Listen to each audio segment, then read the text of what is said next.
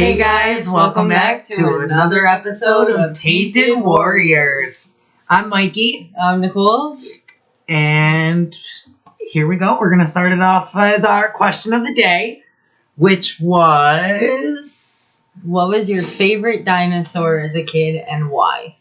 So, it's pretty funny. If you want to think back to the very first episode of me wearing the Power Ranger shirt, I guess it kind of foreshadowed for this question kind of a little bit. And I wrote down pterodactyl because of Kimberly Hart, the Pink Ranger, very first Mighty Morphin original. And then we got into a little bit more of a topic, and I did describe that, I was happy with her being the pterodactyl because I didn't mind. I looked at it more being like the king of the sky. So, I was happy with that dinosaur already. Where I did say that I guess if I was the Yellow Ranger and I got a saber-toothed tiger, I probably would want to switch it, but I was okay with a pterodactyl. Sorry, I didn't mean to take that much, Nicole. Let's go on with your... You're all good. I feel like that's a great answer. I don't have anything like that. My favorite dinosaur was a T-Rex, and I honestly, to this day, I'm still trying to figure out why. I don't necessarily want to say it was because he was, the king, because I don't want to, give off a power trip kind of vibe. It's nothing like that, but in a sense, that's it, because if you're the king, the rest of the dinosaurs didn't touch him. That's kind of why I said that about the pterodactyl. You know what I mean? A little bit about, You need a whole group to bring down a T-Rex versus, obviously, since I was little, there's probably more dinosaurs that have been discovered that maybe could bring down T-Rex, but... When I was little, he had the cute little arms. Right. It was okay, you're the king of the jungle, but you were a disabled dinosaur. You can only reach 2 feet, so it's kind of cute. How did you even reproduce? I don't really want to know. You don't have to answer that to anyone out there watching that has studied, but yeah. No, I get it. And like I said, that was kind of with mine. I feel with being able to fly, I can escape more dangerous situations. You know what I mean? I could kind of eliminate a lot of the predators that were just struck to ground. So I feel if I was inside of a bird that could fly, I'd probably keep to myself anyway. I'd be yo, I'm going to fly to wherever it's hot and nice. That sounds hang out nice. There. It does.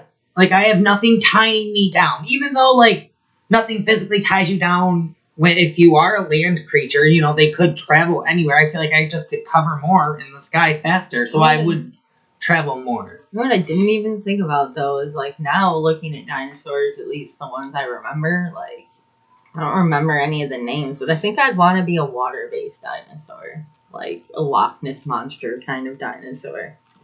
So, you could dive deep down and, you don't even, I could dive so far under the ocean that you don't even know I exist. That'd be kind of cool. Yeah. You won't even find my fossils for millions of years because they're just chilling on the bottom of the ocean floor where you haven't gone yet. Places that you can't explore. Buried. That is pretty cool. That would be cool. So let's go into... So this week is going to be one episode of very minty, a lot of alien topics. I did a little bit of research on crop circles, and I know we both did UFO research a little bit. I know you have a lot of really, really good. I'm not gonna lie. Good information. Researching this was kind of hard for me because I have so much random alien knowledge in my brain that I don't even know where to start when people ask me about it. We did find, it was nice to be able to find little sections that, you did really good at. Kind of just picked a couple of documentaries that I had watched and then based research off of that to right. Went from there. It was nuts. I've always been fascinated with crop circles. I think it's a really cool fascination. Even if we were to find out in 40 years that these were all man-made, which I do not believe, obviously, because I'm going to get into more crazier things that happen. But I think I'd still be crazy with them, just down to the fact that they're so perfect, so crisp, things that we can't even make, we can't do a lot of these things now today. You know what I mean? Right. The way that everything is just so perfect. And like I said, I have a lot of, and we'll get into more details about what I mean with that, but And if you don't really believe in the crop circles, I have other stuff for you. Like, I have military people who have had their own sightings and come out and said stuff, like whistleblowers. I have an alien autopsy we're going to actually go over a little bit. So I just feel like I don't know, you can't be so naive to think that there is nothing, you know what I mean?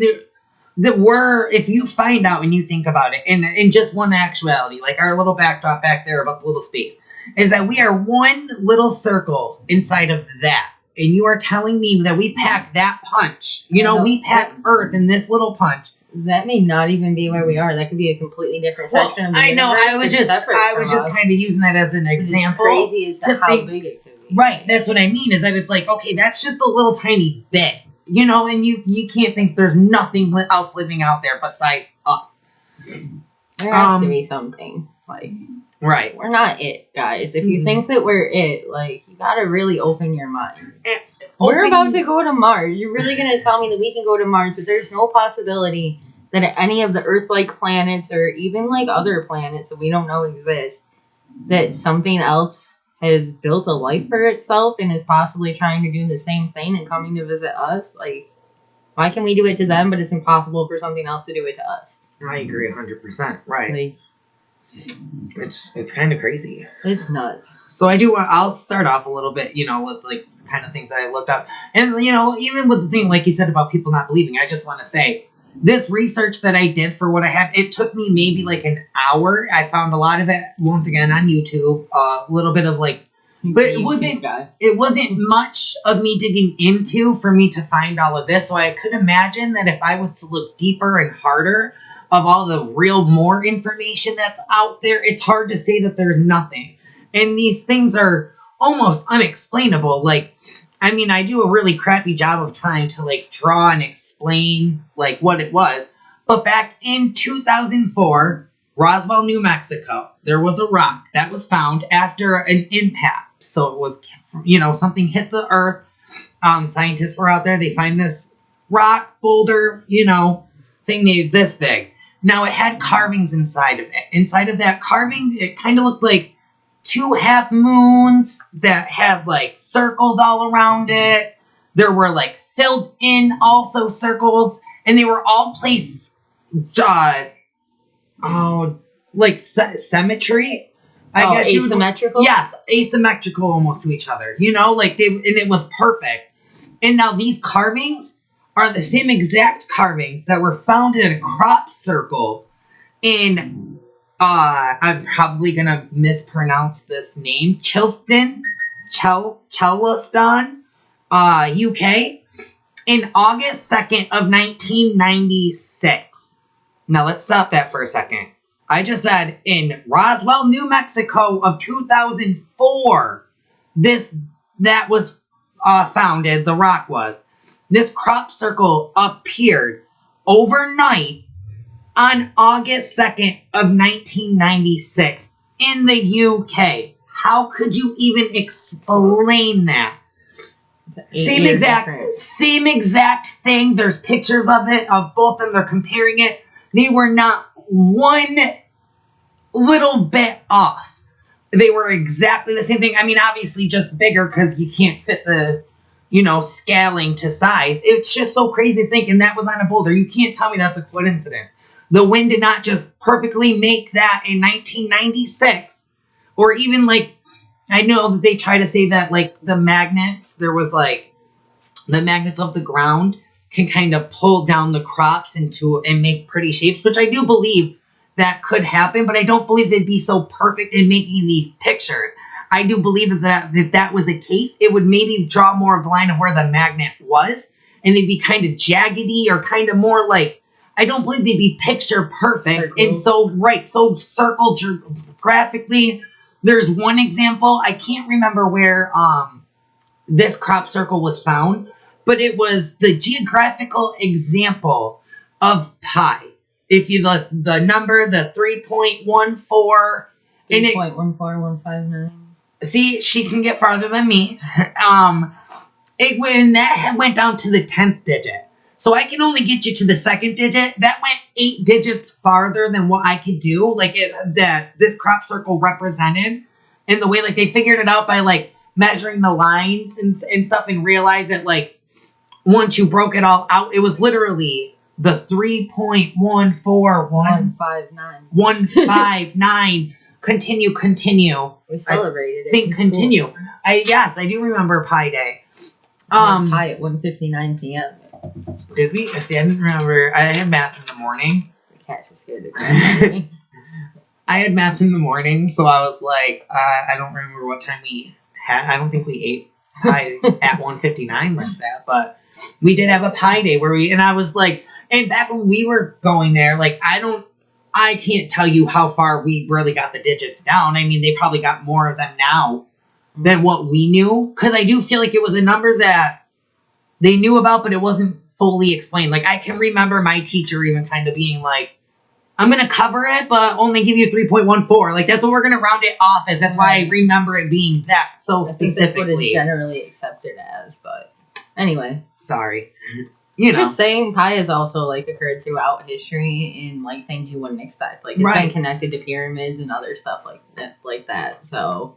And speaking of, with pyramids, like, I even just said it to her outside while we were talking a little bit. I was like, when I was writing my notes, all I could write down was pyramids, Stonehenge, and how.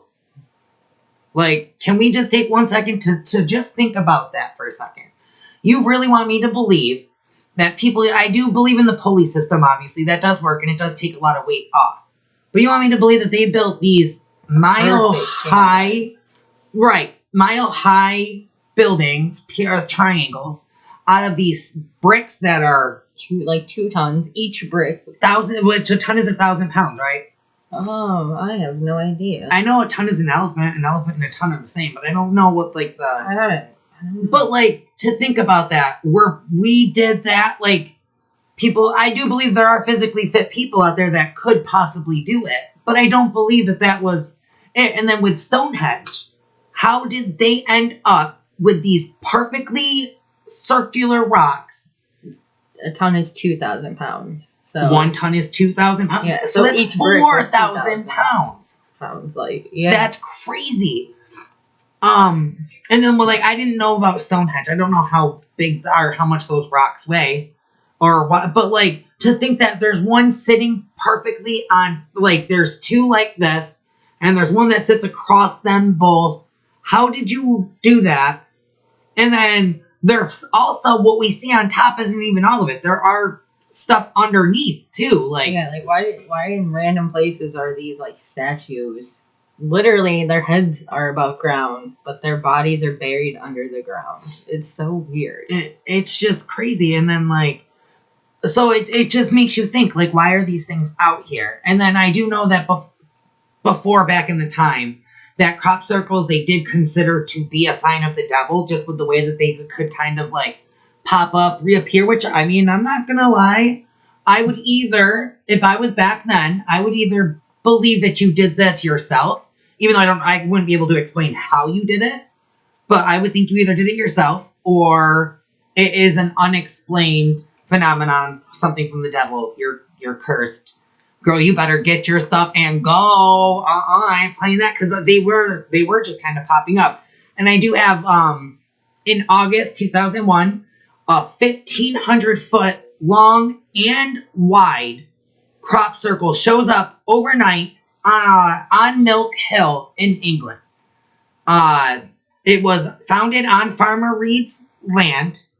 Parasailers are actually what discovered this phenomenon, is what found it. You couldn't see it. Like, he could see that there was something up with his crops, but he didn't know that it was making this big whole, literally, huge. If you're on land and you're walking through your crops, guys, I mean, you're going to walk out to basically flatten crops. You're not going to be able to see, like, an aerial view of the whole entire picture. And to realize, once it broke news, people from all around the world were gathering up to see this phenomenon in the making and these unexplained mystery.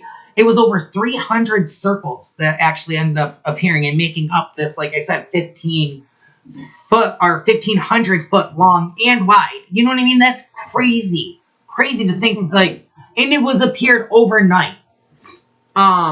They also have, there is a bar in England called the Barge Inn that has a huge map on its wall. You can walk in now to, like, I don't know with how COVID is, if they're still there. I would imagine. I did just see this not too long ago.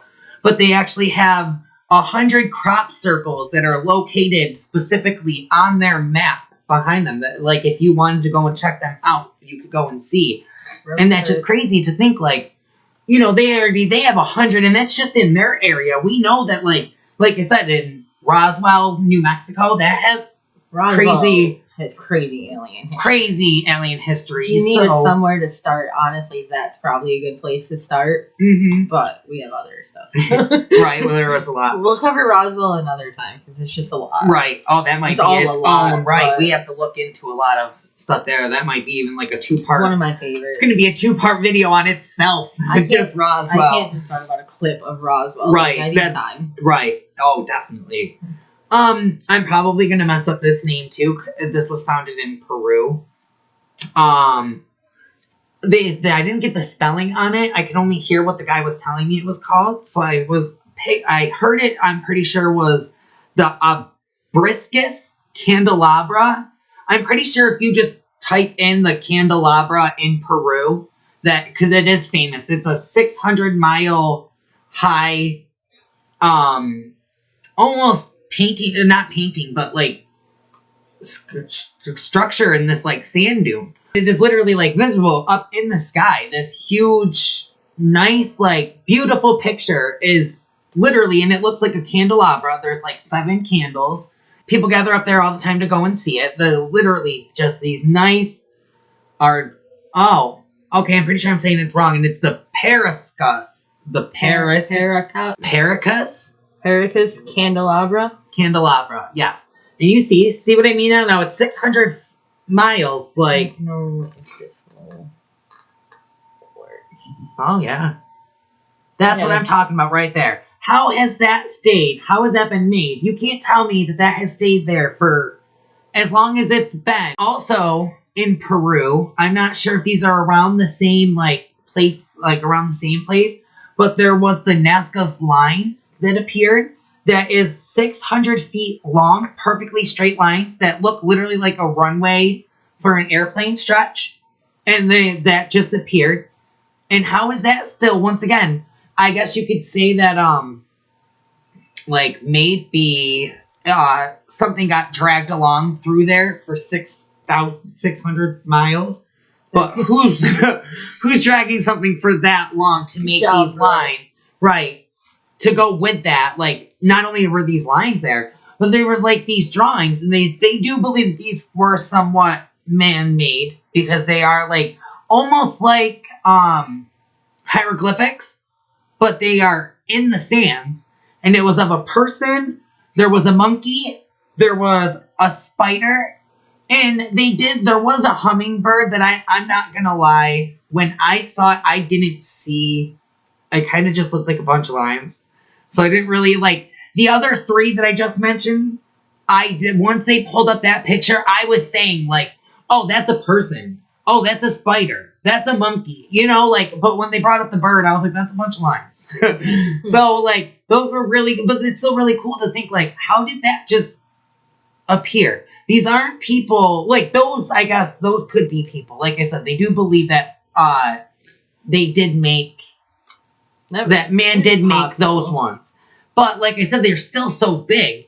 And I think, once again, those ones are things that can be seen from the sky. I don't think you can see them straight down. There are a lot of things that you can actually see from the sky. Even on Google Earth. It's ridiculous. Oh, I never even thought about doing that. You probably could see them if you went right onto there. Google Earth has helped, they found a dead body, I believe, one time on a freaking, really? dock, or a pier or something. So I mean, yeah, that's crazy. With the blood trail and everything. So there's a lot of stuff you can see on Google Earth. That's all that I really have. What I really found that I could really find on crop circles. I mean, I did find a lot more. Like I said, I have a lot written down. If you want to look any of this stuff up, I do know that it was on.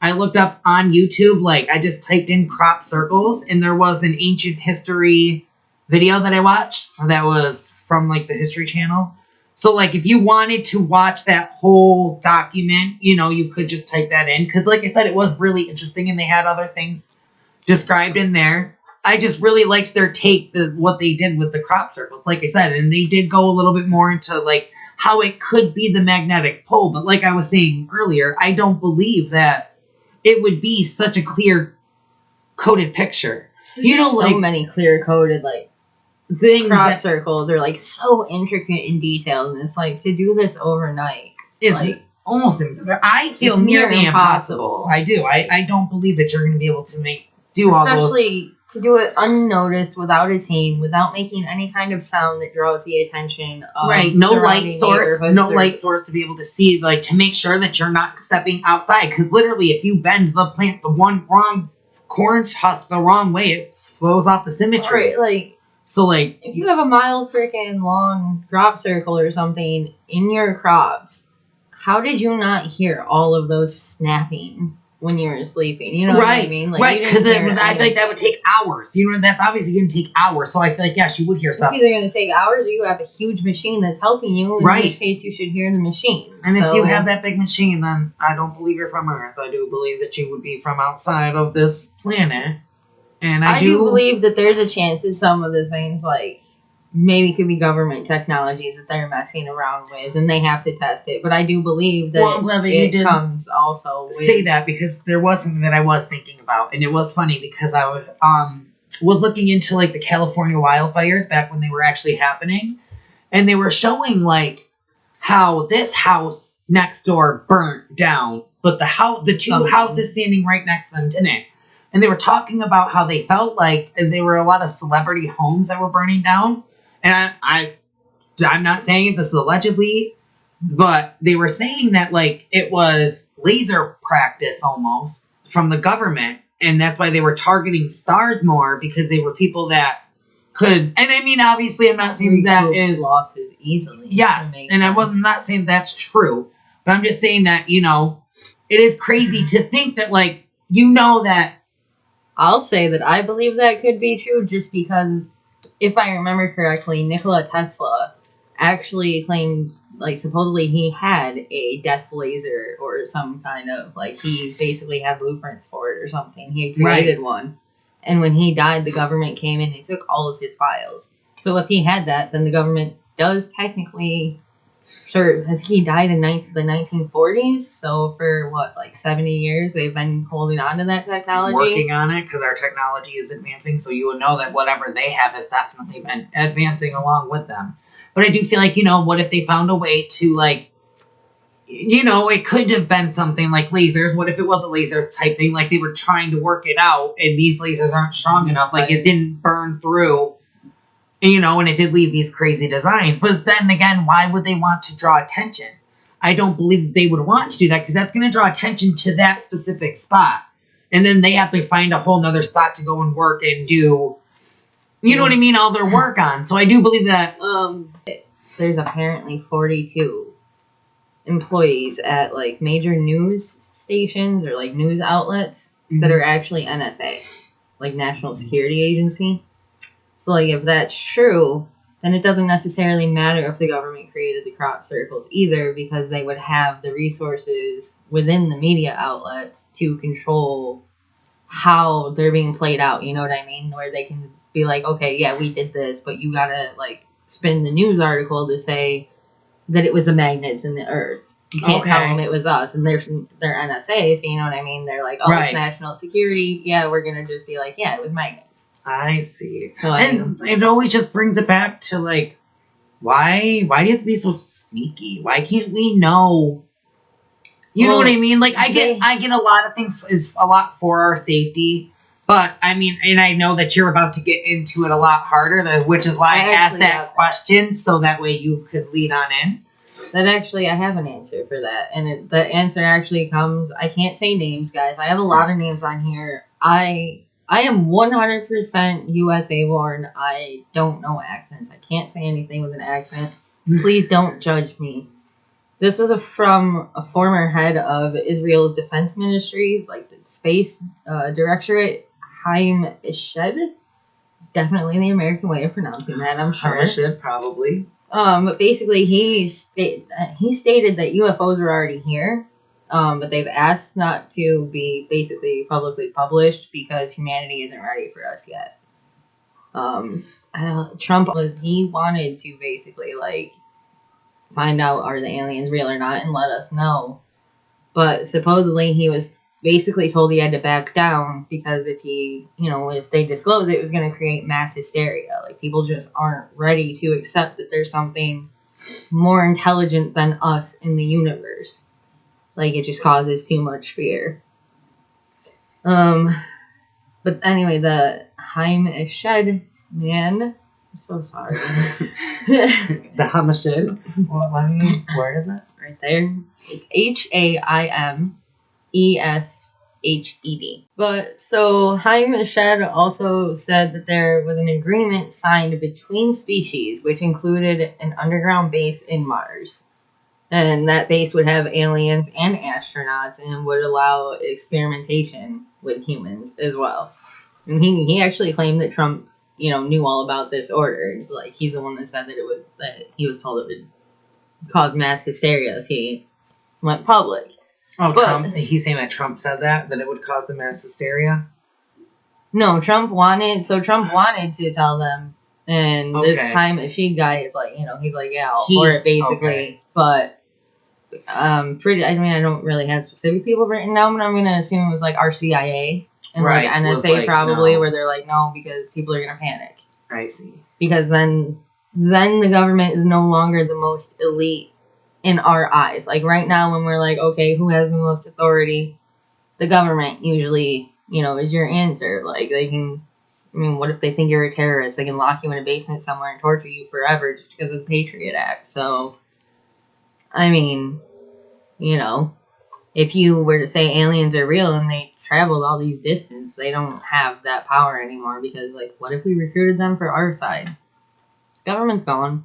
But anyway, I just want to point out also that Trump did create the Space Force branch of the military and did say that America needed to be a dominant presence in space. So, I don't really understand how you can be a dominant presence in space if there's not more than one. You know what I mean? Right, because you wouldn't have to. You're the only demand, or you're right. Yeah, you wouldn't have to seek dominance if you're the only one. You're not at home by yourself, being like, I'm gonna make sure that I'm dominant at my house. Like, I live alone. I don't ever think about dominance. Right. Like, maybe a little bit if you give your animals, but but no, still, like, when it comes down to it, though, no, you're right. You don't need dominance if you're the only one. So. Pretty much, I believe all presidents do get briefed on the existence of aliens, but they're told because of mass hysteria, because in that general rule, the public isn't ready to know that we're not the smartest thing out there. They don't tell us. I already know I'm not the smartest thing out. But you also believe in aliens. Oh, yeah. So, you don't really fit that stereotype. I'm just saying, even if you took them out. But, anyway. Survival of the fittest is not mine. President Eisenhower, I didn't catch the guy's name, I'm not gonna lie. There was so much information coming at me. But there was someone that worked closely to him that claims that Eisenhower received a brief informing him of the continued presence of extraterrestrials, ETs, in the U.S. and said that he could meet them. But they said the tone of the brief was like, basically, no, they don't mean any harm. Like, they're just like, if you're curious, you want to meet us, we're here. Hey, what's up? No need to be concerned.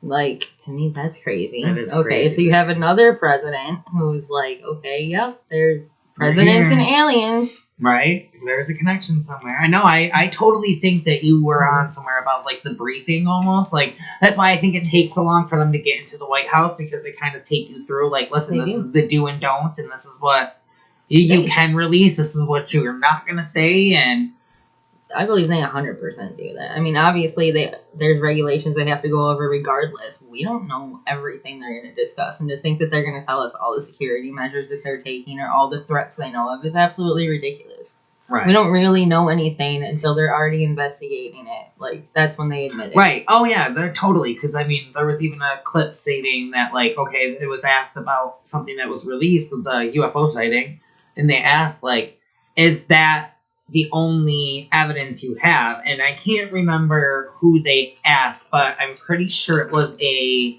person that had worked for NASA.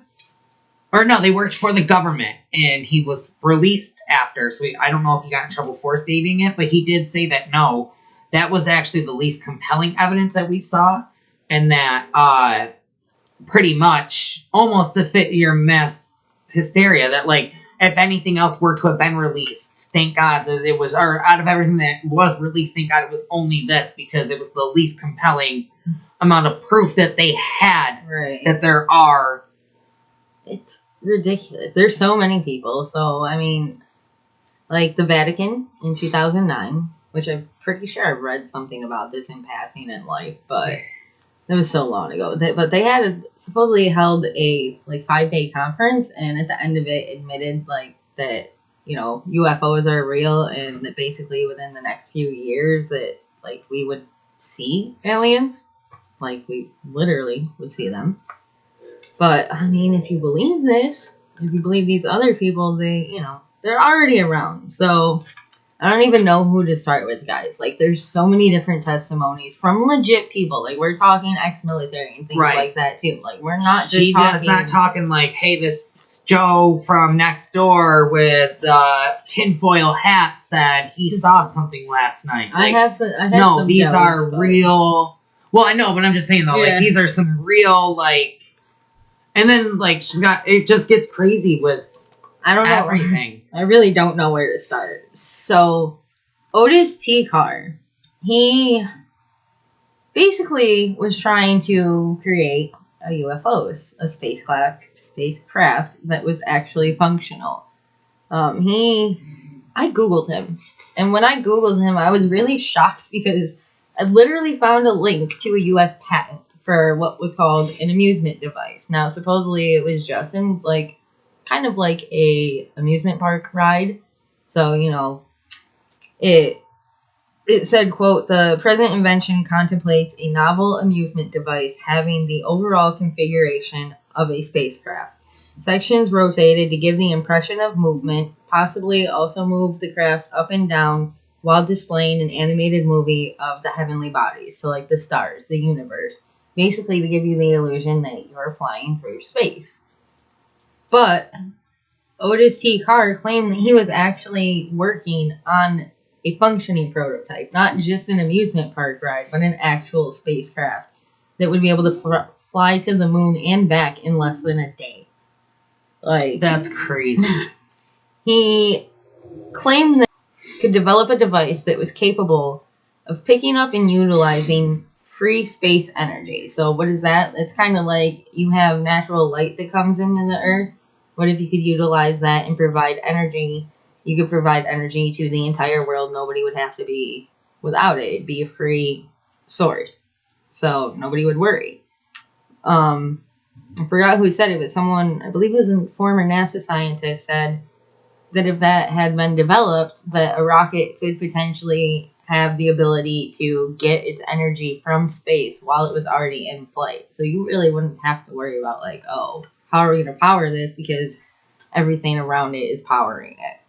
Which is just nuts to think about. And that was actually, I wrote that down specifically because that came from vault.fbi.gov. So it came from a government website. It was a 60-page document. I only read through the first, 2 or 3 pages. But, it was a 60-page document about Otis T. Carr and everything he was doing and, how he eventually was called a fraud. And, they were, they said that, he wasn't really providing a legit energy source or anything like that. And he got jailed for 14 years. Which is crazy, because, he really was, though, wasn't he? He had... Well, I don't know for sure. It's not like they release these kinds of things because if we had a free energy source, say solar power to go over, everybody had solar powered homes. Well, we don't need the government. Well, that's what made me. That's what made me wonder. Okay, did he really not have a source, or was he really onto something? And they said, "Oh no, Otis T. Carr, not today, sister." It is just a little weird to me that because he had a lot of. He took influence from Nikola Tesla. They were alive during the same period. I believe he died like within 10 to 15 years of Tesla.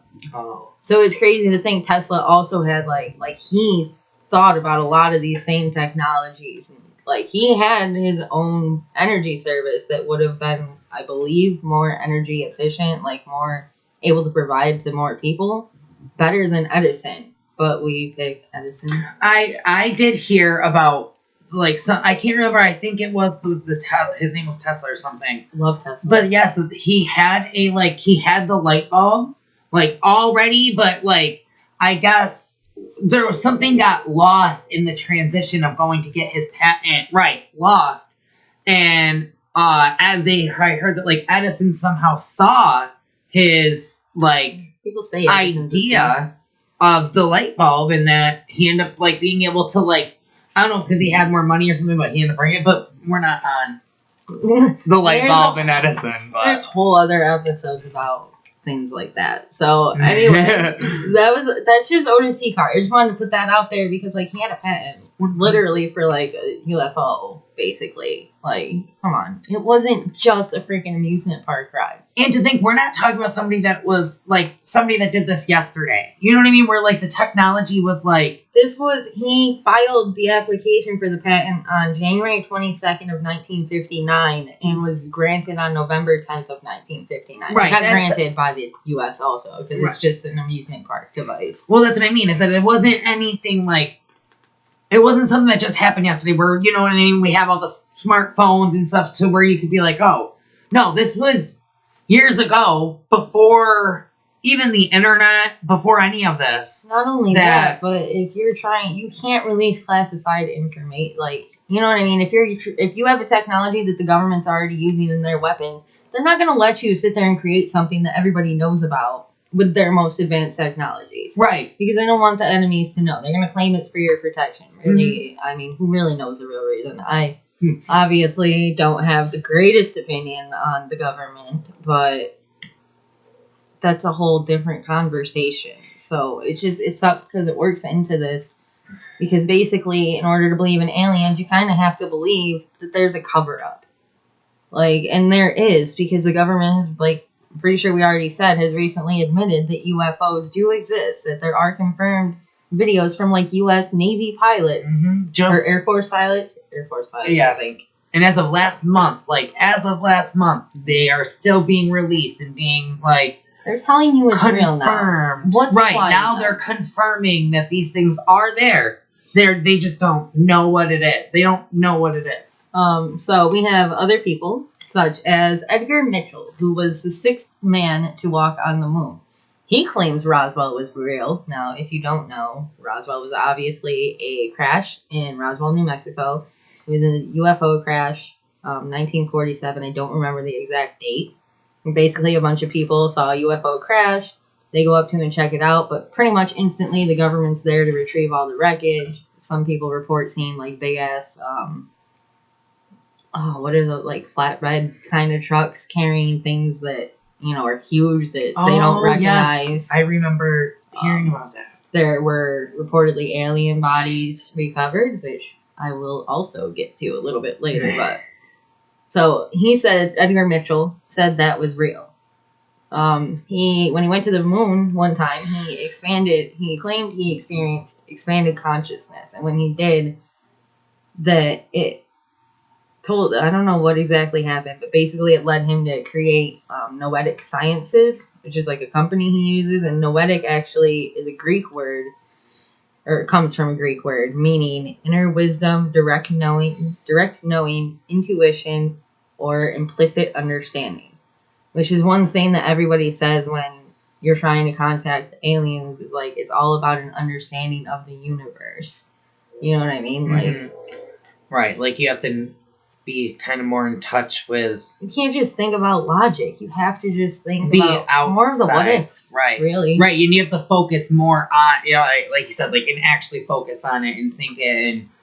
There is a doctor, Stephen Greer, I believe his name is, who actually believes that you can meditate, and over time you can teach yourself to reach a level of consciousness where you could actually send a direct message to extraterrestrials and like invite them to come visit you or direct them to certain places. Like at one point he said that he created a CE5 research group to look into things like this and try to meditate and do group contact. And he said at one point when he was meditating, he basically directed them to the hospital he was born at because he was like, oh, that'd be kind of cool for them to see. And the next day, there were actually sightings of UFOs in the area that the hospital was in. So there was a member of his group that was supposedly at least partly deaf. I don't know if he was all the way deaf, but like basically he needed hearing aids to be able to hear what anyone around him was saying. And he, long story short, had asked the ETs in basically a telepathic way when he was making contact, like when he saw a glowing object in the distance. Basically asked them if they could help him with his hearing. I think it was the next morning, he went to breakfast with some friends, forgot his hearing aids at home, and like started crying because he realized he could hear what everyone at the table was saying, even without his hearing aids. So like literally his hearing came back. Like that is so cool. We have Colonel. I don't know if I want to do him yet, guys, because he's one of my favorites. So the reason I guess I mentioned Dr. Greer primarily also is, I mean, he's brilliant. I mean, when I was watching this guy talk, first of all, let me just say, he looked 100% lucid. He looked professional with his button-up shirt, khakis. Like, he looked like an educated man who literally, like, if he's nuts, like, he plays Spain very fucking well. And I honestly believe him. But you can form your own opinions. But I talked about how he likes to meditate because supposedly this actually happens at Lockheed Martin. Ooh. I worked for Lockheed Martin for years. There was supposedly a Lockheed Martin employee who claimed that during meditation he experienced a state of expanded consciousness where he astral projected and ended up slamming into the side of a spacecraft. And after he slams into the side, he ends up like going through the walls, and he's like, you know, he's inside and he just sees these aliens looking at him like, bro, what are you doing here? Like, it's like, I don't even know. Right. Hey, what's going on here? But that's kind of crazy. That's a little crazy, especially considering like most of us know how secure Lockheed Martin is with like there's that's a big name right there. Right, honestly. a huge name. He could be lying. I don't know for sure. But I do think it's possible. We only use like 10% of our brain. Oh, totally right. So if you could tap into any side of it, I do believe telekinesis and right. You know what I mean? So I feel like, okay, if you can bend a spoon with your mind, what makes you think that you can't? I just did. All right, there's a couple left. So there's a few. Next we have Roger Leir, Leir. Don't judge me. I also cannot say names or words. But he basically claimed that he visited 42 countries investigating abductions, talking to people who claim they had been abducted by aliens. He says up to 50% of those abductees have had alien implants in them. The implants are covered in soft tissue, but the tissue is actually attached to metal. And then around it, there's all these nerve cells that normally you wouldn't find in that area. It was definitely not that many. Supposedly, the implants are highly magnetic, and they're actually made with amorphous iron that had non-terrestrial isotopic ratios. And when they tried to touch it, the implant actually moved away. But if they left their finger there for a while, that it would actually start coming towards the finger and then follow it, almost as if it were interested. Right. You know what I mean? Run away because you don't know it's safe. First, but then almost slowly coming back. That's what it made me think of. It's when you first approach a dog and it runs away because it doesn't know if you're good, but then you're like, oh, it's fine. And then it's still oh wait, no, wow. Right. That is really cool. Because anybody's first reaction is to flight, or you know what I mean? Fight or flight, yeah. Right. And I feel like that is really cool. That's so interesting. Next I have Phil Schneider. He was an explosive engineer. He tried to publicly expose the presence of aliens on Earth as well, and was supposedly involved with building underground bases. He claimed to be one of 3 people that survived a 1979 feud between the gray aliens and the U.S. military at an underground base in Dulce, New Mexico. He ended up strangled to death, and this is what pisses me off, is you can't tell me it was suicide. Somebody killed this guy because He had a rubber hose tied around his neck 3 times and then knotted to block the blood flow to his brain. So he lost consciousness and then died. Whoa. Like, why would you kill yourself that way? His Right. money and valuables remained in the house, but his notes for an unwritten book on UFOs, unknown metals, military photographs, and his lecture material were all missing. Oh, yeah. So obviously it wasn't a robbery. Right. And I mean, if it was a robbery, I think you'd be more likely, even back then, to be shot than Even you if would be to, like, I could go with around a hose. I could A go hose? right, like you were strangled 3 times. You wrapped it around too. Like usually, if you're in a fit, I don't see people like generally right, just wrap it taking like that- once or twice real right, quick and then and then maybe being knotting done. it. Like, Right, but no. I don't even think people normally knot it. They just fucking hold it until you're dead. So I guess. I mean, I've never done it, obviously, but and that's just what TV's taught me. I guess I don't really know, but I guess I think he was actually he was in a wheelchair too. Like so, he was bound. he did all that in a wheelchair. He was bound to a wheelchair. And the reason I say that is because they found his feet under the bed. His head was in the seat of his wheelchair. And the rest of his body was on the floor and his hands were by his side. There was blood found on the floor, but none was on his wheelchair. And he had no wounds that could account for where the blood had come from. He left no suicide note. And his ex-wife believes he was murdered. But I mean, kind of sounds like honestly, she's an ex-wife too. Like, if you told me his wife believes he was murdered, I'd be like, well, the wife, right. she loves him. She doesn't want to believe like suicide. But an ex-wives usually don't like you enough to just to be like, hey, that doesn't seem right of that person, you know? They usually don't know enough to be like, yeah, he probably committed suicide. Right. Like, that's so crazy. This guy's another one of my favorites. He has a whole lot documentary, at least one. I don't know if he has more than one, but Bob Lazar. If you know aliens, you probably heard that name. I have heard of Bob Lazar. He claimed to work in a section of Area 51 that was known as S4, where he had part in trying to reverse engineer recovered extraterrestrial spacecraft for the United States. He claims that he saw anti-gravity propulsion technologies in 9 different alien spacecraft stored at Area 51. In 1989, he claimed to work with a material known as Element 115, so 115, which basically powered the spacecrafts that he was reverse engineering.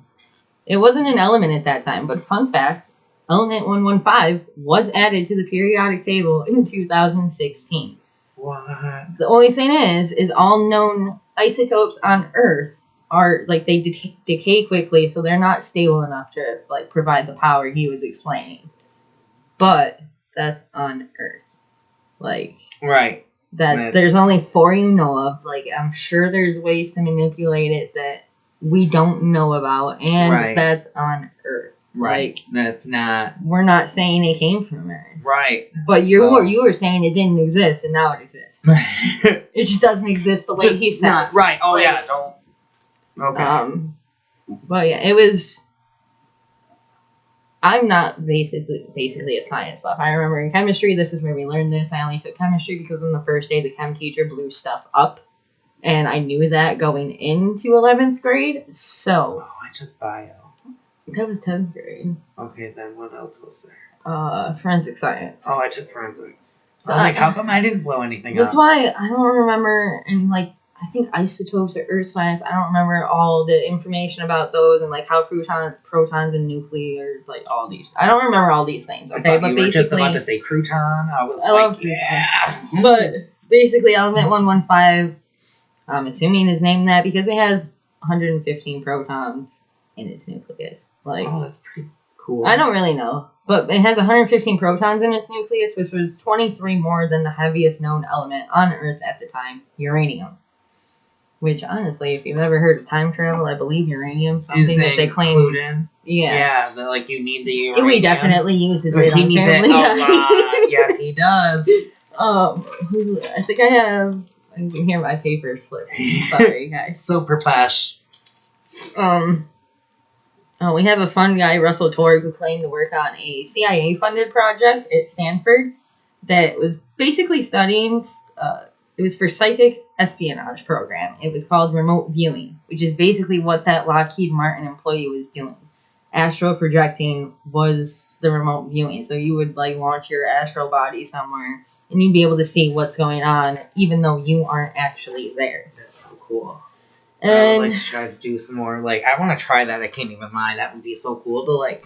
my mom told me my dad did it once and like he didn't know necessarily. Like, I don't think he believes in that stuff, but Right. she said that one day he told her that he was sleeping and he actually saw himself, like he was standing outside of his body, watched himself sleep, and then went up and sat on the roof of the house. That's so crazy. And I was just like, if he can do it, can I do it? But, Right? So, like, you know, I know that there's deja vu, but it almost makes you kind of wonder, because, like, I mean, not to go too far off the topic, but I do believe that, like, it was almost like when I was working at my one job, I had a dream. The next day I went to my boss and I said, hey, just to let you know, I don't think I'm going to be working here much longer, you know, and they were like, they looked at me weird and they're like, why? And I said, I don't know. I said, because even though you were still in my dream, I said, our setup was different. I was like, I was standing by a pink floor. So there were fryers to the side of me. So there was like a timer behind me. I said, and I was calling up to you. Fun fact, when a year or two later, I got the job where I am right now. I go and I step in the back and I see a pink floor. I see fryers to the right of me and there is a timer in the back. And I was like, no way. I wouldn't have known because I never went back behind the curtain. So there was like no way for me to actually know what that setup was like. But I saw that setup before I was actually there. And I knew that I wasn't going to be working there forever. So it was kind of like, did I make myself go see that? It's funny that you say that too, because Dr. Stephen Greer, I believe it's him, actually believes that you can kind of like send a message to the universe, and in a way you can kind of alter what happens.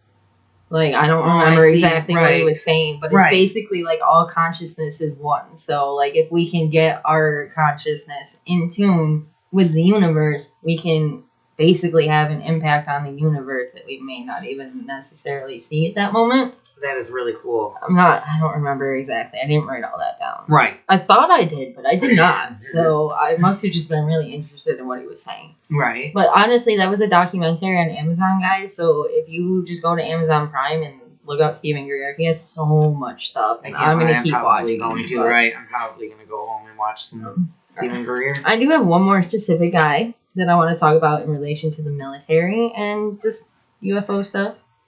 Well, actually, I guess he kind of starts the military because I have some events to talk about after this. I have a lot of shit for you guys. I'm sorry. Like, this is the long episode we didn't prepare you for.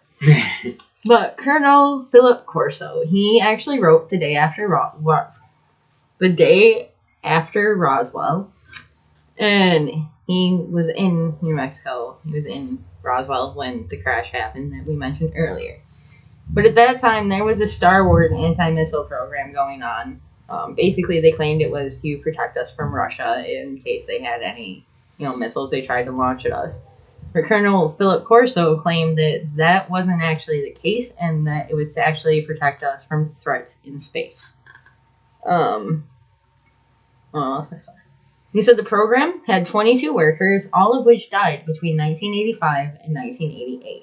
And I actually have 3 listed here for you because I feel like crazy. All of the situations that I personally looked into, I did not look into all 22, I will not lie, but it was basically everything I saw. It was car accidents, suffocation, there's stupid stuff like that. Like, oh yeah, it could be an accident, but once you get the details like, are a little bit more than it's a little bit not as black as white or black and white.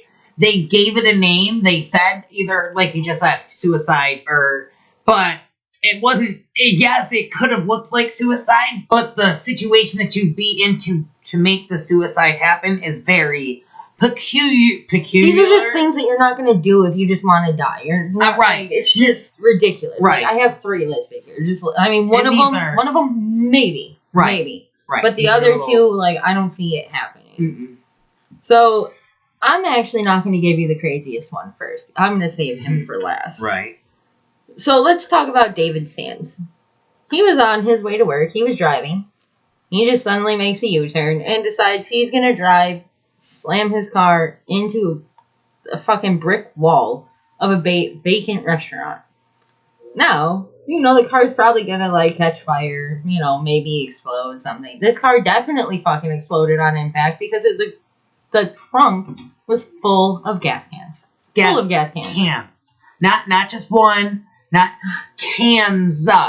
Because that's normal. And you definitely, like, need more and have gas in them. And that's the way you're going to choose to go. It's just, I'm going to crash into the wall. Right. And when you're making a U-turn, wouldn't you, like, I don't know, why wouldn't you, like, continue the turn? Or, I don't know, I just don't get why you're going to try to crash. A wall if you're just U-turning. Right. You're not in the speed. Without slamming your brakes. Well, I mean, and also, like, the speed of it, if you're stopping to U-turn, you know what I mean? I don't believe that you could be going that fast. Sorry. No, you're good. You know, it's very unique.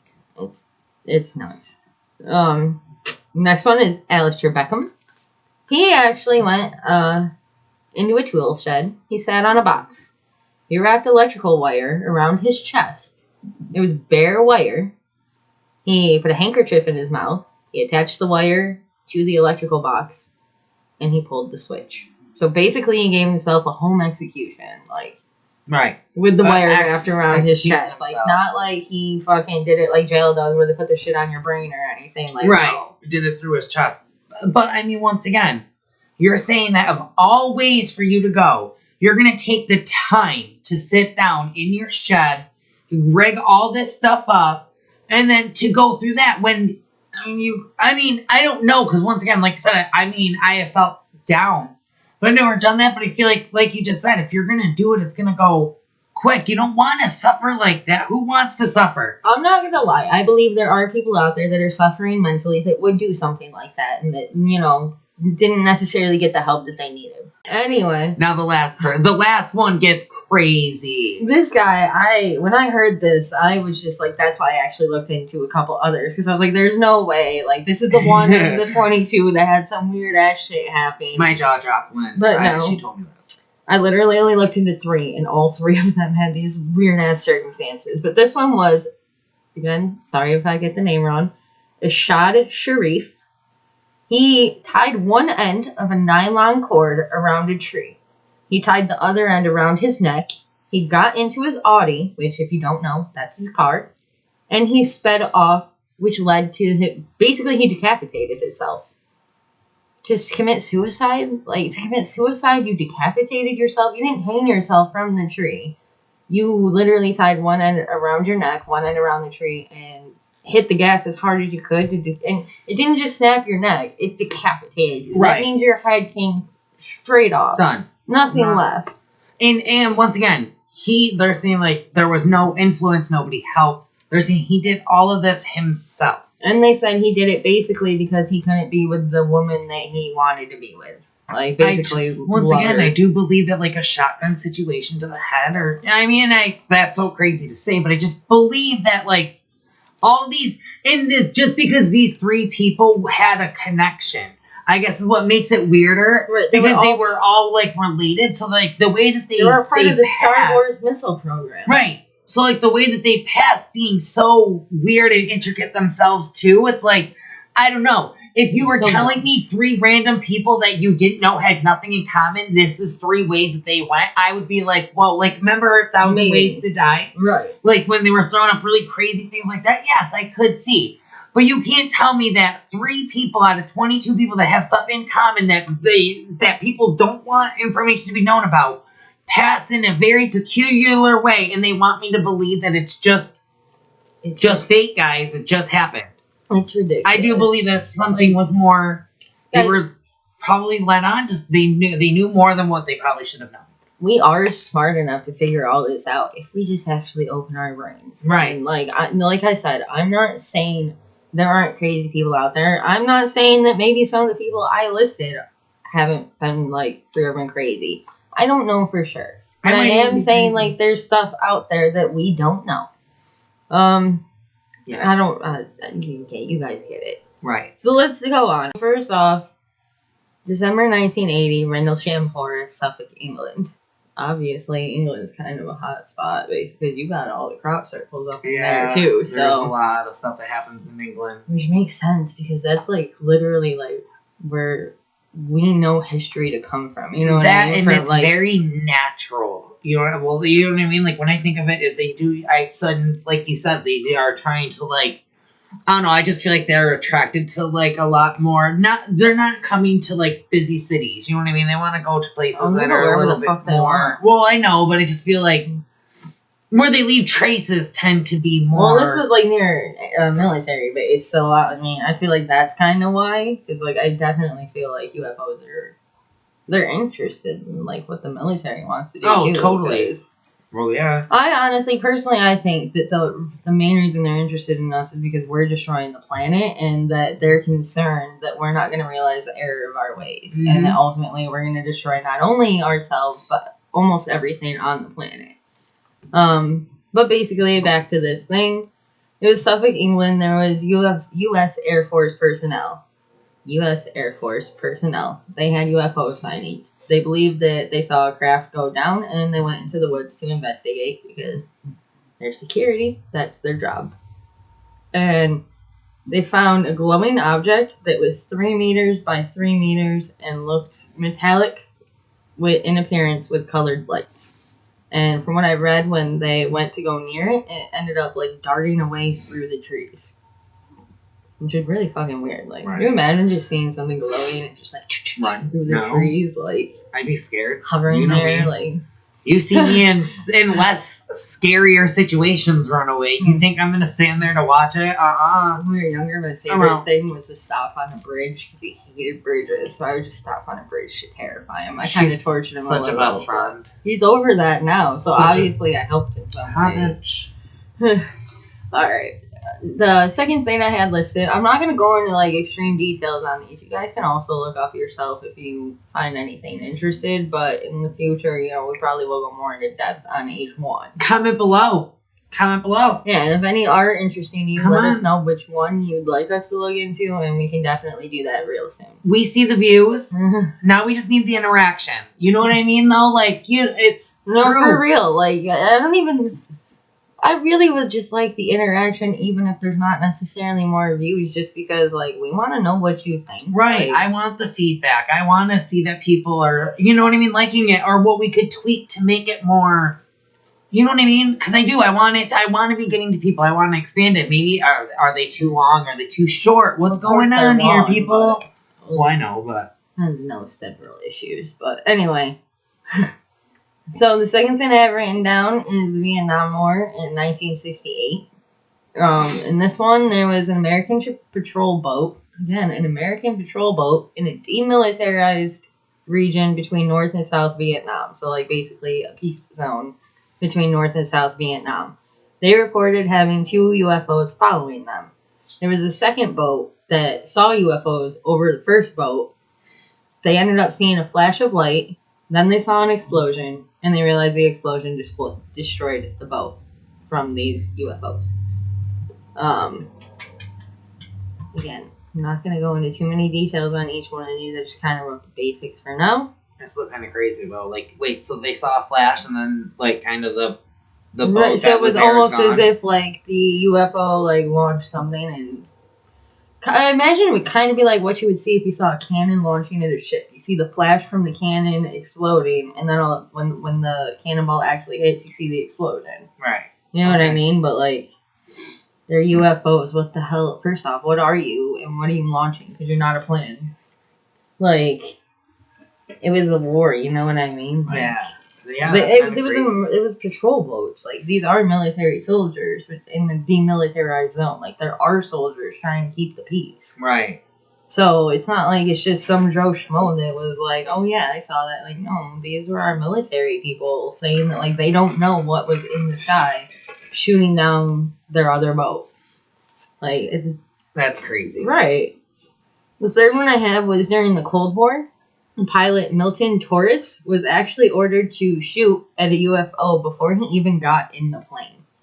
Which he said that was the only time it ever happened to him. Like, he wasn't even in the plane yet. He called him in to, like, go fly and, like, go check this thing out.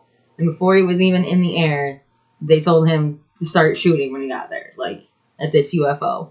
He eventually got called off at the last minute because the UFO disappeared. And then once he landed back on the ground and, you know, started getting back on with his day or whatever, he ended up getting threatened by a man he didn't know, an unknown man, and was told not to speak about it. Which, that's crazy. if you actually look into these, a lot that happens so often. I was just gonna say, yeah, there are a lot of times where people are claiming that they are told, like, "Hey, I saw this," and that, like, the next day somebody approaches and somebody they don't know, they've never seen before, nobody can identify. It's like, you cannot speak of this. It's not like they come in with a badge. It's like some weird ass person that you only expect to see in movies shows up and tells you you're done. That you're fucked. Right, like, do not release. Did you not just fucking hear me talk about the 3 people that died just from that one program? And I don't want to end up like anybody. Let's say, like, you know what I mean? FBI, if anybody is FBI, we're not saying anything like that. We're not trying to end up... FBI, come get me. My fans will know you did it. No. Leave Mikey alone, but I'm the one doing most of the research anyway. It's fine. You don't know enough. You're like, I only know what she's told me. And I know and crop circles. Some cute things happened in the grass. That's about it. Okay. So, moving on, 2 more here. I'm going to skip that one because that was my favorite. So, we're going to do that one last. This one was in central Greece in 1990, which was actually the year the Gulf War broke out also, I believe. I could be wrong on that. It was at least going on that year because I remember my mom telling me that I think I was born either before it, like right before it broke out, or... Say 90s, baby. I was born in 92. Or, well, 90. He was also born in 1990. Yeah. But, they reported seeing 13 to 15 UFO spaceships arrive early in the afternoon. These ships flew around the area 2 to 3 times, and then around 1 a.m., one of them seemed damaged. When it seemed damaged, all of the others actually surrounded it as if they were protecting it, and they kind of like... They were slowly traveling around, like, looking for a place to land. They ended up landing near a town nearby, and the ETs, the extraterrestrials, they get out. You know, they're kind of anxious, but they just extinguish the fire from the damaged craft, and then they end up making repairs on it and leaving around 5 a.m. And when they left, the Air Force took everything, supposedly, that was left behind. That's crazy. My favorite story, I've seen this on multiple things. I believe I've seen it online. I've seen it on multiple documentaries. This was in May of 1951, which was during the Korean War. PFC Francis P. Wall and his regiment were preparing to bombard a nearby village. And they happened to notice what they described as a jack-o'-lantern wafting down across the mountains nearby. And eventually, the craft moved, so it was in the middle of, like, various artillery bursts. But it wasn't harmed at all. Like, there was no damage to this craft as artillery, like, barrages are going off around. Wow. It glowed orange, but eventually it turned to a blue-green glow. We love a laser show. When bullets did hit it, like, they could hear a ding, which was almost as if, like, a reflector. Yes. Oh, that's crazy. It did seem to irritate the UFO. Like, they didn't say that part. That's my opinion, that it irritated it, because it ended up causing the craft to, like, move side to side, and the lights were flashing off and on. And the craft ended up emitting some kind of ray in, like, waves or pulses. And when it did, all the soldiers, like the whole regiment, experienced this tingling and burning sensation. 3 days later, they all had to be evacuated by ambulance. Some of them were too weak to move. Oh my goodness. Yeah, like, they were too weak. They couldn't walk on their own, some of them. They were discovered to have dysentery and an extremely high white blood cell count, which, according to former NASA scientist Richard Haynes, he said that sounds like the effects of radiation. Oh my So it's basically like they were really, like, hit with really high doses of radiation from a UFO. Oh my goodness. Right. That's my favorite one. And I think it's because I've seen it so often, and it's like, wow, like... That's cool. That's nuts. Like, that's what I mean. They try to keep the peace, though. So, like, he's checking himself out in the camera right now. But, like, yeah. So, There's a hell of a lot more of those too, like the military experiences with him, obviously, because he was gonna have the first experience, probably Air Force and things like that. You know what I mean? Right. But those are just a few that I wanted to give you. The next part I have here, because obviously this is long, but this is aliens. Like, this is what I know. And there is still plenty more. There's like, I could probably do hundreds of episodes on aliens. I not so much know so much. I mean, I'm going to do all the research that I can every time that we say it. But, you know, I think she takes the reins a lot more when it comes to an alien episode. I've always felt oddly connected to aliens. So, and by I've always aliens, I mean supported it. extraterrestrials. Don't be a freak and like. Okay, so can I just say I'm so immigrants. glad that you said that, because for the longest time when you were first saying E.T. for about 15 minutes, I was like, she's talking about the movie? And then I was like, oh no, okay, she's like extraterrestrials. Yes, extraterrestrials. Literally aliens. was like, I don't know if it can be shown like through podcast that like it finally clicked with me that I was like, oh, okay, I get what E.T. I get it. She's not talking the movie. I tried to say it extraterrestrials a couple times. And You most did. people would You catch did. on, That's so. what I think. That's what made me be like, oh. So, part 3, I called Alien Autopsy. This information is according to a medical researcher / biologist. I believe he was based in Greece. His name was Nikos Alexakos. So, again, sorry if we butchered the names. But this was basically, after Roswell happened, there was supposedly an alien autopsy done in 1947, and so many people say the video is a hoax, but this guy, he studied it, and this is basically what he said. I didn't take notes on it here, but I do want to let you guys know that as I was watching him explain these things, he did continuously refer to what I call the alien as a creature. Now, if it were human, obviously he would say this individual, this human, something. Person. Right. Something. He wouldn't be saying creature. Right. So, I mean, come on. Just kind of keep that in mind. And I mean, again, you can always find something to discredit him because there's always going to be people that. Right, and I mean, people could probably even say down too, like, oh, he purposely called it that to draw. But I don't believe that, like, that's a little detail right there that you'd have to really be thinking about. You know what I mean? In order to be like, oh, hey, I'm going to purposely call it a creature so that people didn't think it was a person. You know, like, I don't believe that. The other thing I will say before we actually get into it, I was going to mention it last, but I guess it kind of fits right here.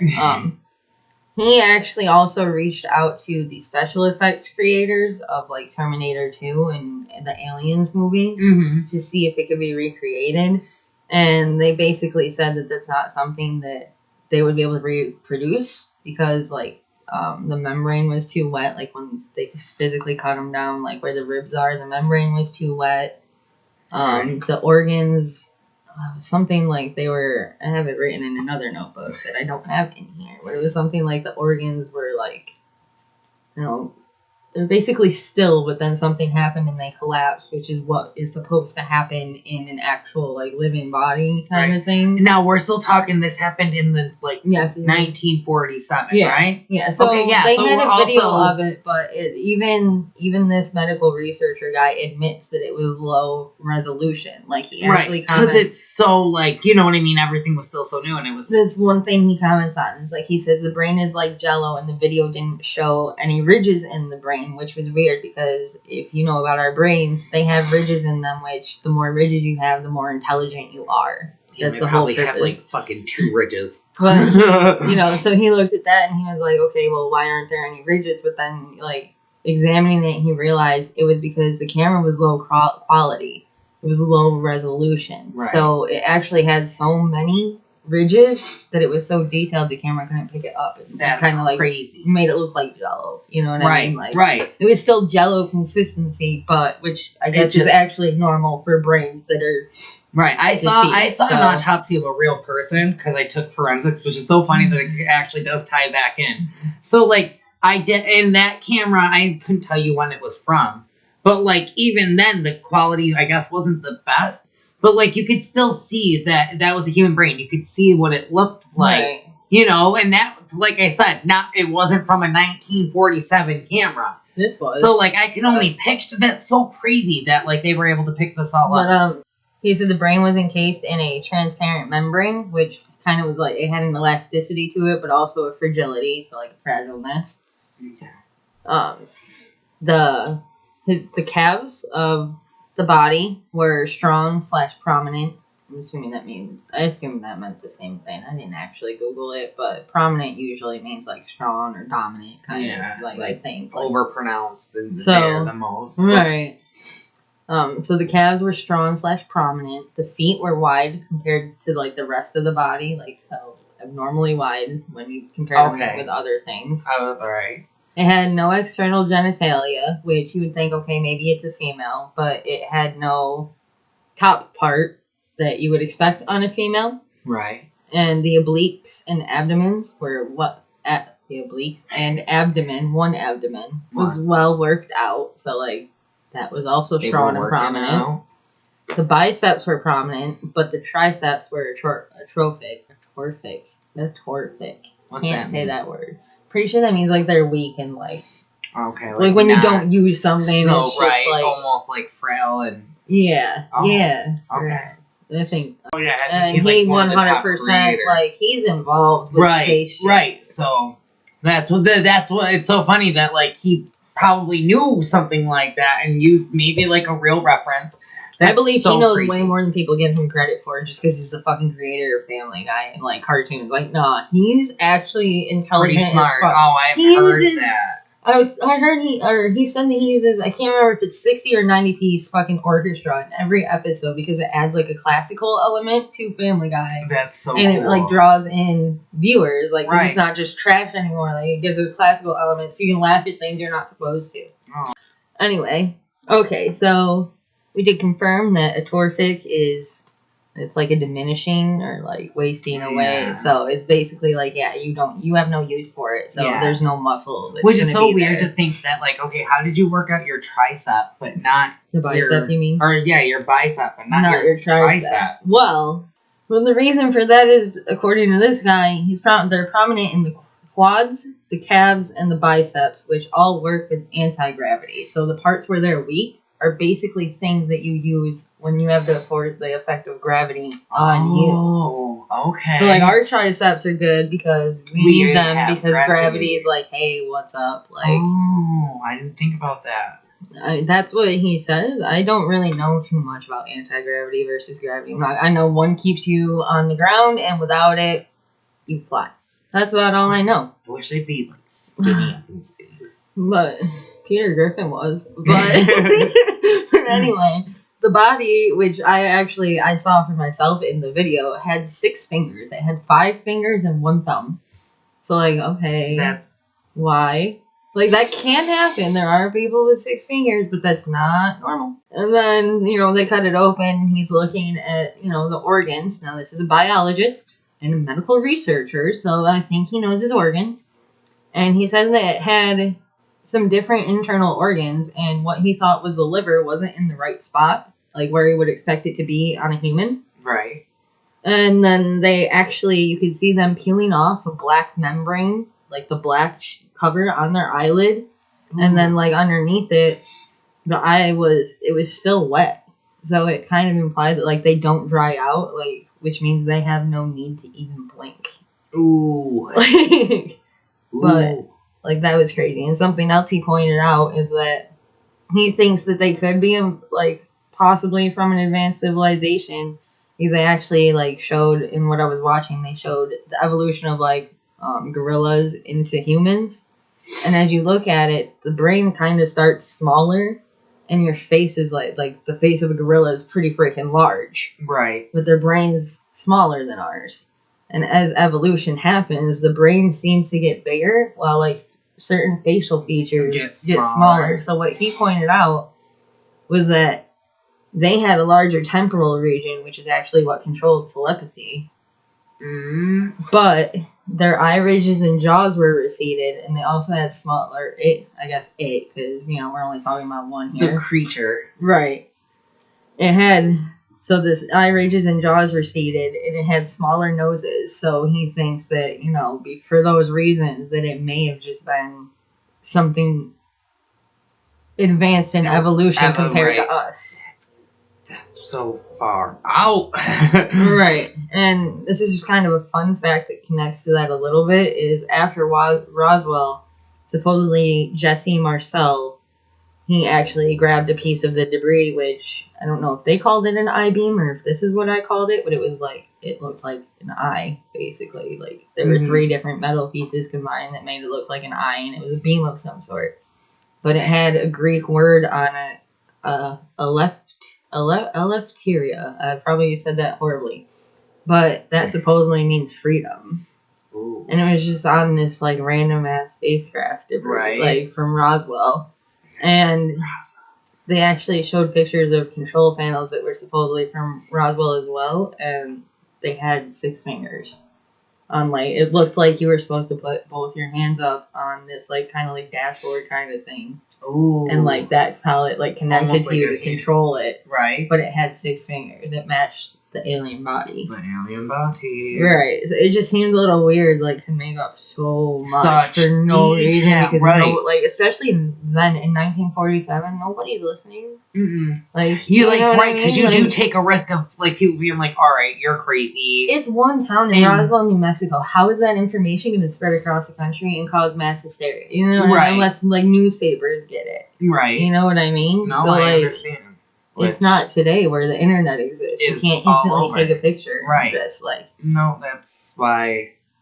there's probably why we had to freaking make an arrangement with them, because otherwise, if they're just showing up and crashing, everybody's going to be there with their smartphones and the proof's going to be everywhere. But, I mean, like, if you can't catch them in time, dude, like, if you can't get me in Right. time. But if you're working with the aliens and you kind of know their plans and where they're going to be, you can always have military ready to respond before the civilians. Exactly. Can do Keep anything. it more quiet and contained. Or, like, maybe 1 or 2 civilians get on scene before them, but other But than then, that... like we just said earlier, though, it goes back to that person that comes back to you and says, listen, what you saw last night didn't happen. Right. And takes all your evidence, or kills you and takes all Right. your evidence. Exactly, because they don't want you to know. That's basically all I have on the alien autopsy. I just thought that Which was is so super cool. interesting. Like, Right? And I mean, like you said, so that was something, the autopsy. Can you find that on... the alien autopsy videos everywhere. This Okay. specifically, I watched this on... This was a different Amazon documentary, I believe. Right. I just I didn't know. don't remember what they're called, but I will try to put the links to them in the description, so that Right. if you guys want to watch what I watch, that you can Like I also said, do that. most of my stuff comes from YouTube. So if you literally, like, I- kind of write what we write as, like, the head title of the thing is probably what I put into the search bar of YouTube to find my... I like to use documentaries and I various do go, internet like, I sites. did do... I went on He the uses internet. it. I did do that. I found a whole list of, like, UFO sightings and... Yeah, I am so, like, I love research. So. Right. And plus, like I said, I know a lot, so I have to kind of, like, make sure that I'm getting my facts straight and not mixing up various not people. jumbling too But much yeah. stuff up. I have a couple random other things we can throw in here. So, Let's do it. we have Robert Jameson. He was a retired United States Air Force nuclear missile targeting officer. He claimed that there were several times after UFO sightings that he had to basically restart deactivated missiles. So, like, the UFOs would come, and whatever, like, they would have some effects on the missiles to where they wouldn't be able to launch. Right. For example, there was Air Force Captain Robert Salas. He was at the Malmstrom Air Force Base in Montana in 1967 when 10 ICMs, which I believe are intercontinental missiles that are nuclear-armed long-range missiles, Mm-hmm. he was in charge of those.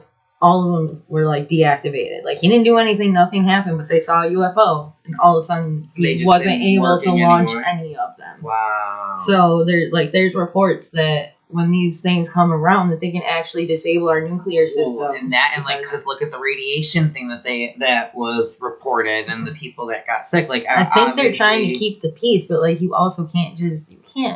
Our problem is we like to just attack things. Right. And, Oh, like, right. why? I don't Like, believe that it's they so did dumb. that. I don't believe that was a malice thing. I mean, that could have even just been an accident of well, just the interference of No, them. not even that. But we were trying to bump whoever it was. I forgot. if it was U.S. or whatever I said, but because I said so much. But we're preparing to bombard a village, and we obviously started bombarding the village because they got caught up. Unless we, well, no, I guess maybe we just started shooting them instead. But like we were going to bombard a village. Mm-hmm. The village was probably full of innocent people. Right. So when them doing the radiation, what they were doing is basically trying to prevent that battle and prevent those people, the innocents, from being hurt. You know what I mean? Right. They're basically peacekeepers, but the government wants you to think that they're a fucking threat just because we need to have a common threat. Right. So we don't rise up against the government. They were that bad, they would have already happened. Right. There have been sightings for so long. Right. So one thing I thought was interesting is that, like, the alien abductees, people that claim they've been taken, they say that sometimes they've, like, passed through walls and things like that, like things that you aren't supposed to be able to walk through. When the aliens take them, they can pass through them, and it feels like jello. Oh, that's cool. Right. That would be really cool. And then one sad part is, I mean, people probably won't want to believe this. I believe that it's 100% a possibility, but obviously some abductees do claim that, you know, when they get up there onto the UFOs, they're medically experimented on. Like, there's different things that happen. And some of them do say that they've been artificially inseminated with hybrid babies. And if the babies don't look human enough, that they're taken and they're placed in containers filled with fluid on the UFO, and like basically they're to be raised in space. But if it looks human enough, the mother's allowed to raise it. That's sad. And it's basically like, you know, I guess it's kind of like trying to intertwine them in with us, because maybe that could help prevent the mass hysteria. Like maybe if we have people naturally connected, because then you could say them, like, oh no, well, he's been here for 20 years, let's say, and you guys haven't realized that, you know what I mean, he was half, so... And so we find out it's a complete opposite, and, like, all the serial killers and shit are the aliens. And hybrids. Actually, they're really trying to come and take over or something. Right. But, I mean... they could have already had our shit, so there's no way we're more advanced that they don't. I feel like if we had something that they wanted, they would have already have done it. Like, they would have came. It's just crazy. There's so much information out there. Like, that was just the stuff that I felt like I don't even know. I honestly, it's basically like I started researching all over again just because I didn't know where to start. Right. So, because like as far back as 1440 BC, all the way up to today, like literally today, people are claiming to see things that are in the sky that literally just either appear that shouldn't be there, or like they just disappear out of nowhere. They act erratically while they're in the sky. And like 14, if you look at, what did you say? 1440 BC. If you look at that, nothing should have been in the sky moving like that. Like maybe a fucking comet or asteroid here or there, but like nothing that can just, and nothing should be flying from what we know. When I was reading out, like, especially for that one, I was reading like, oh, well, what did they find back then? It was claimed to be like a fiery disc in the sky. Come on. I mean, they're not saying that. It was like, I could understand what if they would have said it was a triangle. I would have been like, all right, that's a little weird, you know, but like, no, they still back then said a disc.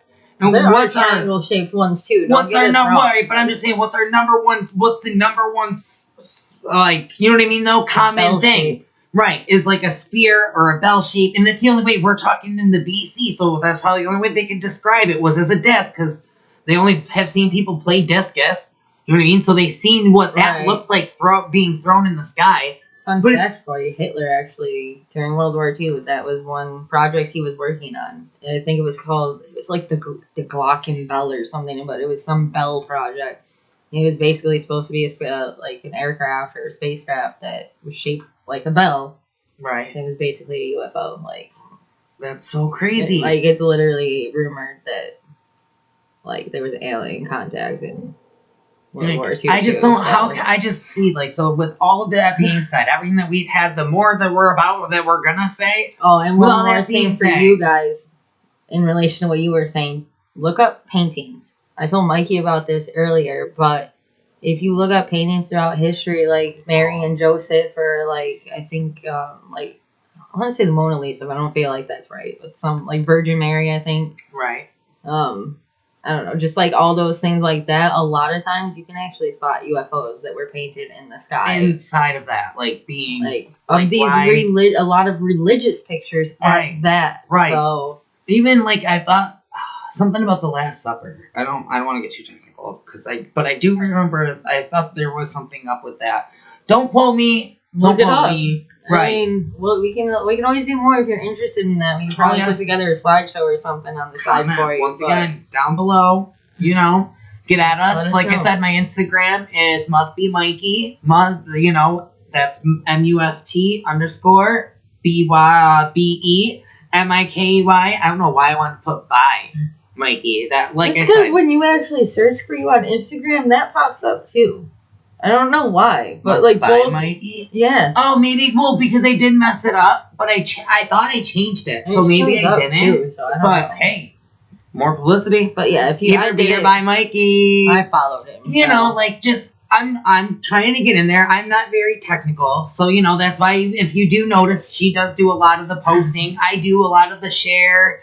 And I'll write my little comment, but I am trying to get a little bit more out there because I want the interaction. I want the people that are watching to really like us, and I want that interaction of the one-on-one. Let us know. I want to know what you believe just as much as you want to know what we believe in. It was also a crazy week for me last week, guys, so I am sorry if you felt like we were a little bit distant. Oh, my goodness. I've had... Yeah, it's been about crazy weeks. It's been nuts on personal levels for us. Yeah. But we still tried to put our best work into this. So let us know what you think. We do have a song of the week for you. Yes.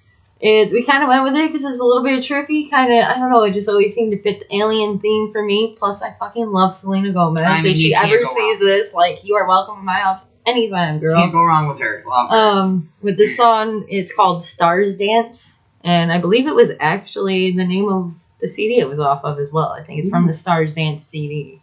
I think that was the name of the CD. I like it a lot. Double she played check. It for me, and it is definitely... It's kind of trippy. It is trippy. I liked it a lot. I was like, oh, it definitely fits with the At one point, it tells you that you're just stardust. It's pretty epic. So check it out, and I'll try to put together... Yeah, I'll put together a video for it. I say I'll try, but it's I'll do it for you, even though that did not get many watches. So...